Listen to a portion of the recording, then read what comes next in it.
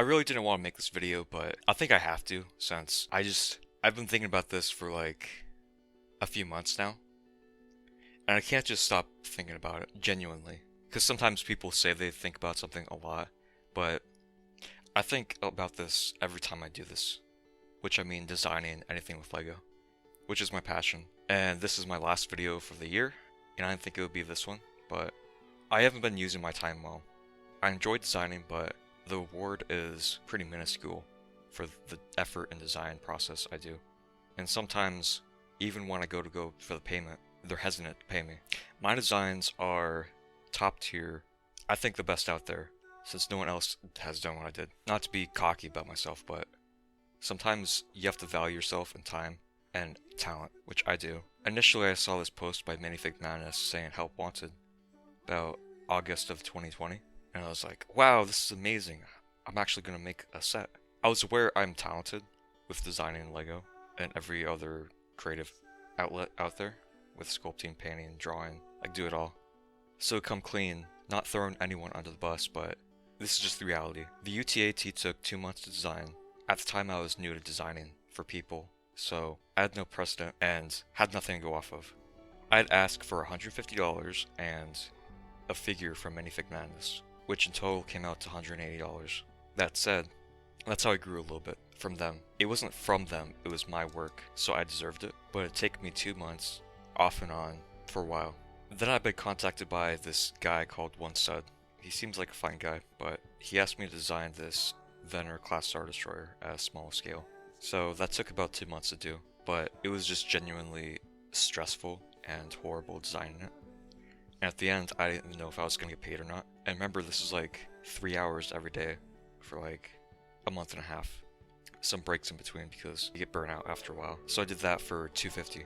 And remember, I'm also doing other designs as well. So I've been asked to do a long time ago a Mustafar set for Minifig Madness, which is also $200. A Z95 by this one guy for $250.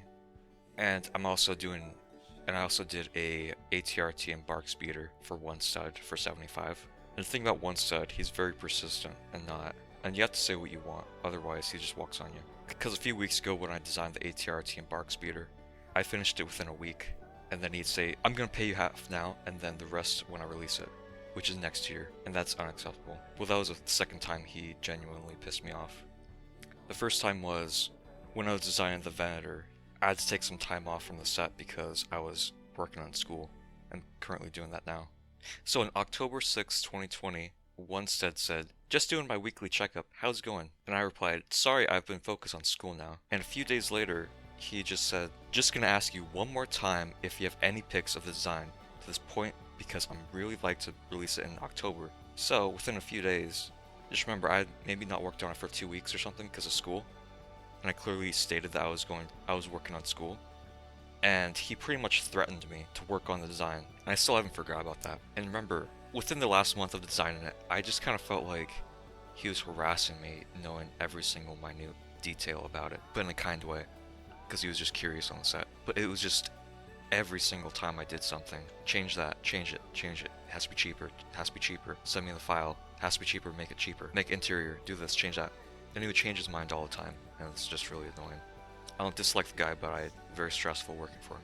And just recently I've been contacted by the renounced Republic Bricks, one of the most famous LEGO Star Wars YouTubers. He had contacted me because he had wanted an MTT, but specifically a Separatist MTT. I apologize if this seems like I'm throwing people under the bus, but it's just the reality. The reality is, I didn't push them, they fell, and they got ran over. And when it got to me bidding on the payment, I'd said $450, but then he had not responded for like a few days. And I thought he wasn't interested, so I offered him $350, and I just didn't realize what I had walked into, and what I've been missing ever since I've been starting designing. I had known that this MTT was going to be something special that I genuinely thought was amazing, and probably the best Separatist MTT out there, which I do agree since I looked at other people and their designs and then tried to improve upon it, including the droid eyes, a nicely sized interior with a retractable droid rack carrying 30 droids, cockpit interior, very detailed for the price. And that's the thing, it's too good for what I'd asked. Since I had lowballed myself initially, I still had that stress of, oh, I just lowballed myself $100, so now it's $350. So that I felt bad on that. And then as soon as I started designing, like, it just came together so nicely. It's one of my favorite things I designed. It's genuinely gorgeous. And just recently I made a post on Instagram of the most recent render of it, and I've never had something genuinely shock me before how good it was. With the droid rack extended out and the full exterior shown, I'd know this is something special. It wasn't $350 worth. And it was also reinforced by that, by probably one of my favorite guys in the LEGO community just now, because of what he did. He's just a great guy. He contacted me and let me know I was being used, pretty much. He had asked how much I've been designing for, and I had said all of the prices, and he was shocked, because he had said that Republic Bricks is very rich and he was willing to pay, and then said, for that MTT design, you should have got $1,400, at least, and I respect what he does. I look up to him, so that's how I got to know him. He reached out to me, so I was very ecstatic about that. But it's just amazing how on the same planet we're thousands of miles apart, yet we're friends now. And I set it on my shelf, and I admire it, and now it's like, well, I know the person that made that, and I'm a fellow designer as well, and we're on the same wavelength, which is I'm very grateful for that. But as soon as you said $1,400, I couldn't stop thinking about it. That is why I'm announcing that I'm quitting designing for people, and I apologize for having all these designs and keeping them for myself, but it's the only way I see it. I don't want to be the guy that asks for more, since I would seem like a douche and greedy. But yet, I'm the one that does everything. I timed the design time on this MTT, which I'm very happy that I did, because the other ones I didn't, which I regret now.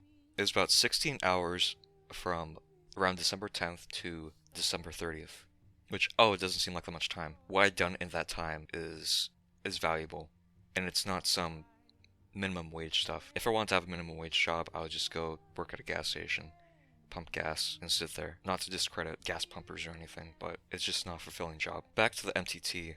With each design, I have to pre-purchase the parts, understanding the structural stability of it, prototyping, which is time, mess-ups, that's time. All this stuff adds up, so I could spend like 40-50 hours on a single design and be paid nothing. And remember, I also have to do the instructions, buy the parts, which is even more time on that, which also cuts into the profit, because with the vendor, I had been paid $250, but half of it went to the parts. And I still have to charge for the parts that I've used to build it. And sometimes I don't have the time, so I have to drive to the nearest bricks and minifig store and try to look for the parts, which is even more time and money put into it, and that's like an hour away from me. So it's not easy making these sets at all, but I do it because it's fun.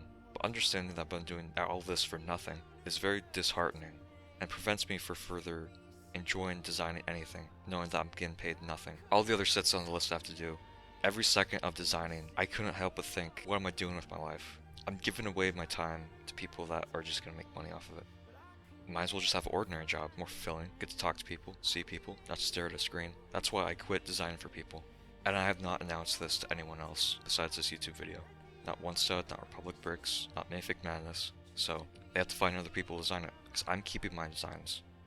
And I've been thinking, should I do my own thing? Maybe create my own website?